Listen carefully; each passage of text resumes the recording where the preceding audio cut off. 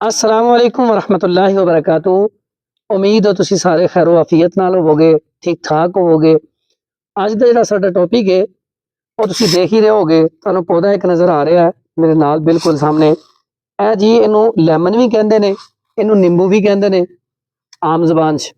इहदे बहुत सारे फायदे ने और सेहत वास्ते बेहतरीन चीज़ इनू कहा जाता है। ये अगर मोटापे नू घट करना होवे उहदे वास्ते कमाल इहदा रिजल्ट है। अगर सुबह के टाइम हाँ तुसी उठो नमाज पढ़ के ते नमाज तो बाद एक कप या एक गिलास गर्म पानी लवो, उहदे च अद्धा लैमन निचोड़ लो और उहदे च गुड़ पा लो मिठे की जगह ते, या फिर शहद मिला लो।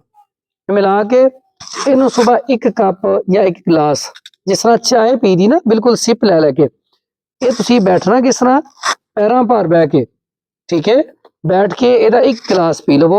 ये मोटापे वास्ते बेहतरीन चीज़ है।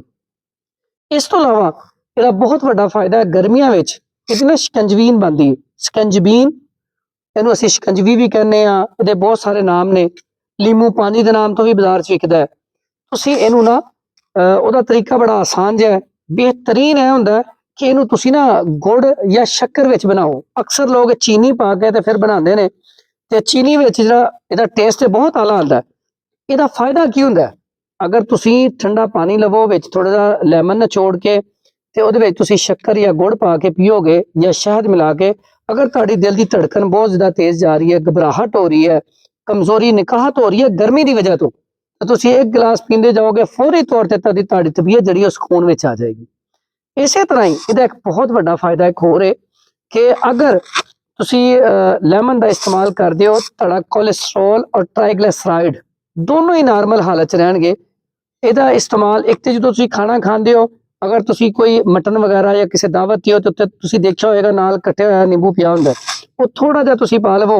ਉਹਦਾ फायदा की होएगा कि खाना अच्छे तरीके ना डाइजेस्ट हो जाएगा, हजम हो जाएगा।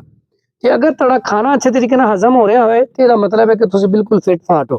और ਜਿਹੜੇ लोग अपना वजन घट करना चाहते हैं उन्होंने तो लाजमी तौर पर लैमन का इस्तेमाल करना चाहिए, जिहदे नाल वेट भी कम होएगा, कोलेस्ट्रोल ट्राइग्लिसराइड वो भी घट हो जाएंगे।